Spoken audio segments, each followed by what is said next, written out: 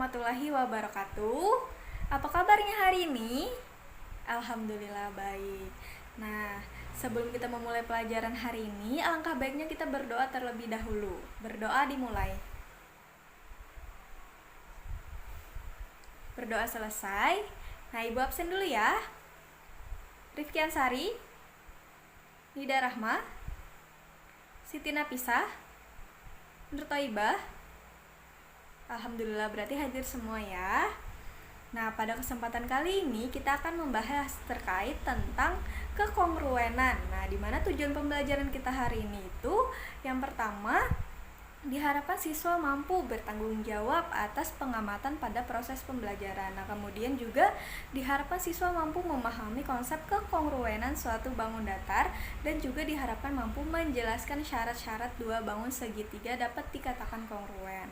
Nah, waktu kelas 9 kemarin di SMP kalian sudah mempelajari terkait tentang kekongruenan dan juga kesebangunan. Nah, pada kali ini kita akan membahasnya lebih lagi daripada yang di SMP kemarin. Nah, langsung saja ke materi. Nah, kemudian di sini ada kompetensi dasarnya, yaitu menganalisis hubungan kesebangunan dan kekongruenan antar bangun datar dengan menggunakan aturan sinus dan kosinus serta sifat-sifat transformasi geometri. Nah, namun pada kali ini Ibu akan membahas terkait tentang pendahulunya saja, yaitu bagaimana kekongruenan suatu bangun datar. Nah, untuk pembelajaran selanjutnya itu nanti kita akan membahas terkait tentang aturan sinus dan kosinusnya. Nah, yang pertama dahulu kita akan membahas tentang pengertian kekongruenan. Nah, pengertian kekongruenan. Nah, kekongruenan itu adalah dua bangun datar yang dimana kedua bangunnya itu memiliki bentuk yang sama dan juga ukuran yang sama. Nah, jadi ingat, untuk kekongruenan itu sendiri bentuk dan ukurannya sama, artinya panjang sisinya itu sama dan juga sudutnya juga sama. Nah, kemudian biasanya kekongruenan ini dilambangkan dengan garis yang gelombang satu itu kemudian sama dengan, nah itu merupakan lambang dari sebuah kekongruenan. Kemudian yang kedua itu dua bangun datar yang kongruen. Nah, kemudian perhatikan gambar berikut. Nah, di sini ada dua bangun datar.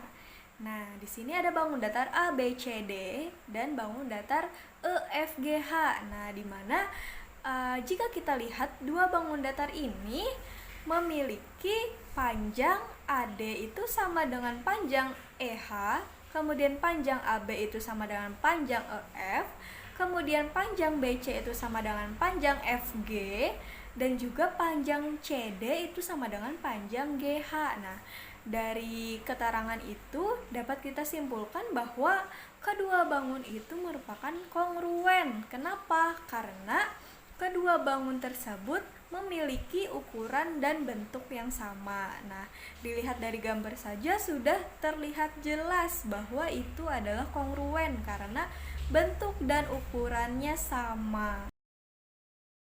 Nah, di sini Ibu punya soal nih. Nah, di sini ada 4 bangun, bangun 1, bangun 2, bangun 3 dan juga bangun 4. Nah, dari keempat bangun ini manakah bangun yang kongruen? Coba Rifki jawab. Apa jawabannya? Iya, betul, bangun 1 dan bangun 3. Kenapa?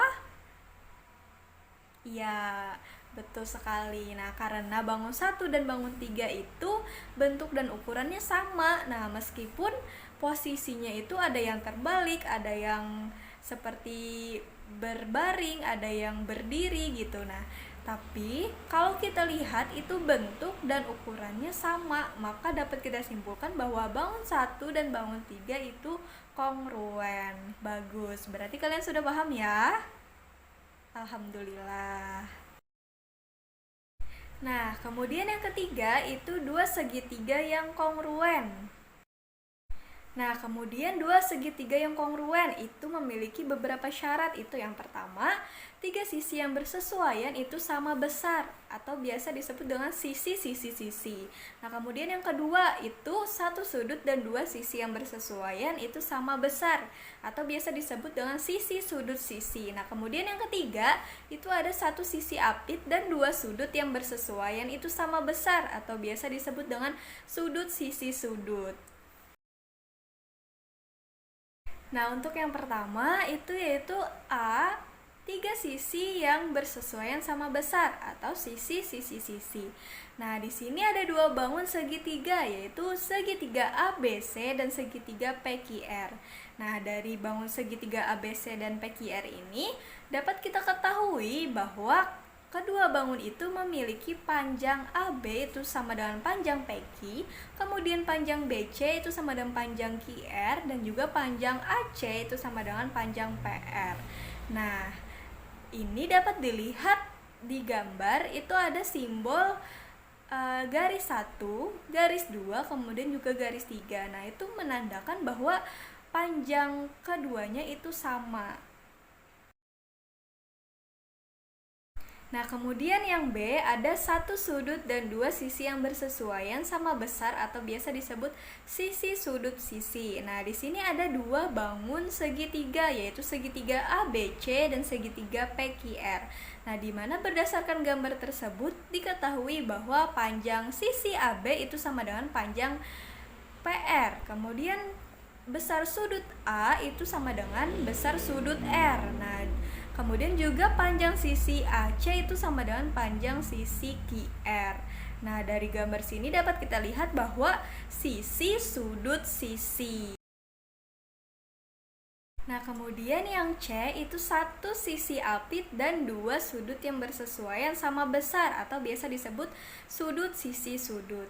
Nah, di sini ada gambar segitiga IGH dan juga segitiga ZXY. Nah, dari gambar tersebut dapat kita ketahui bahwa besar sudut G itu sama dengan besar sudut X. Nah, kemudian panjang sisi GH itu sama dengan panjang sisi XY.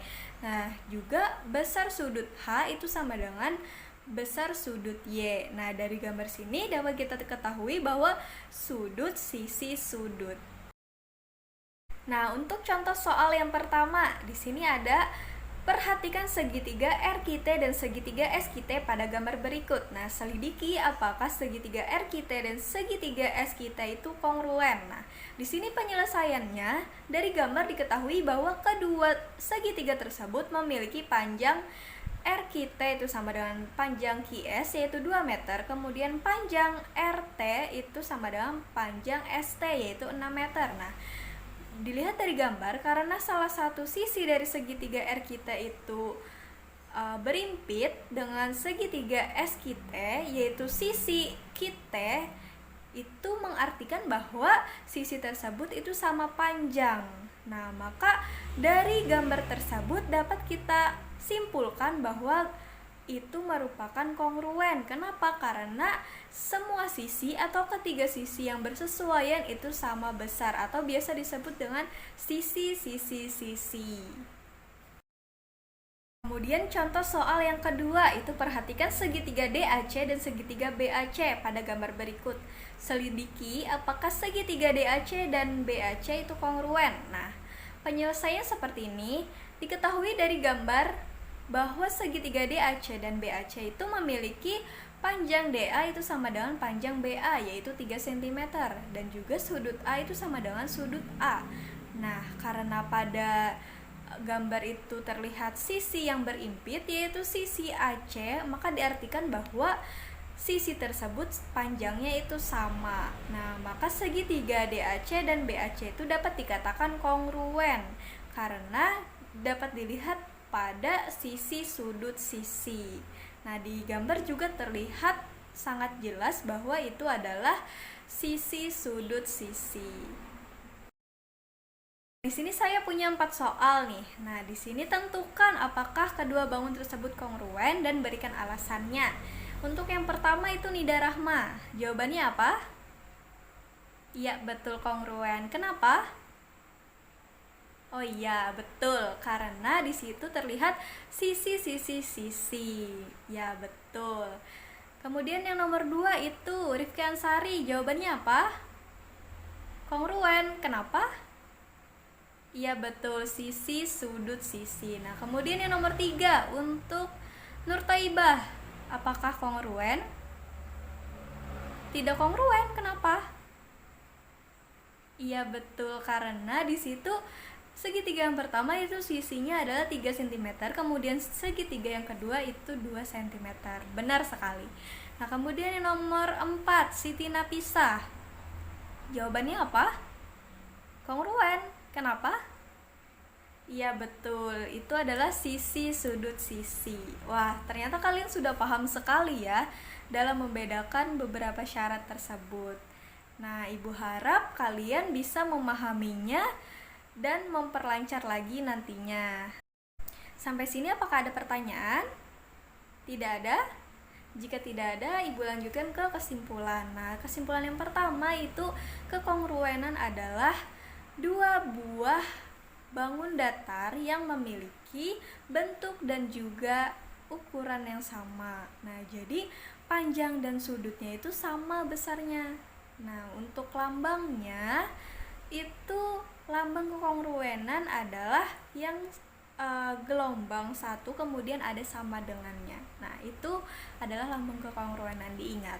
Nah, kemudian tadi juga kita membahas terkait tentang dua segitiga yang kongruen. Nah, di mana ada beberapa syarat. Yang pertama itu 3 sisi yang bersesuaian sama besar, yaitu sisi-sisi-sisi. Nah, kemudian yang kedua itu 1 sudut dan 2 sisi yang bersesuaian sama besar, yaitu sisi, sudut, sisi. Dan kemudian yang ketiga itu 1 sisi apit dan 2 sudut yang bersesuaian itu sama besar, yaitu sudut, sisi, sudut.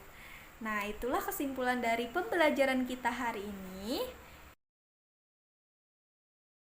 Nah, sebelum menutup pembelajaran kita hari ini, Ibu ingin memberikan kalian latihan untuk mengerjakan di rumah. Nah, agar kalian terlatih dalam materi yang telah Ibu berikan hari ini. Nah, cukup 2 soal saja, nanti akan dikumpulkan hari Senin jam 9. Nanti Ibu beritahukan, Ibu beri di Google Classroom saja, nanti Ibu berikan kodenya. Nah, kemudian untuk pertanyaan atau ada yang masih belum jelas bisa kontak Ibu lewat WhatsApp grup. Nah, kemudian untuk pembelajaran selanjutnya nanti kita akan membahas terkait tentang penggunaan sinus dan kosinus pada kekongruenan. Nah, sebelum mengakhiri pembelajaran hari ini, alangkah baiknya kita berdoa terlebih dahulu. Berdoa dimulai.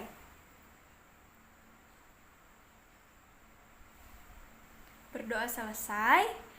Nah, Ibu ucapkan salah hilap mohon maaf. Wassalamualaikum warahmatullahi wabarakatuh.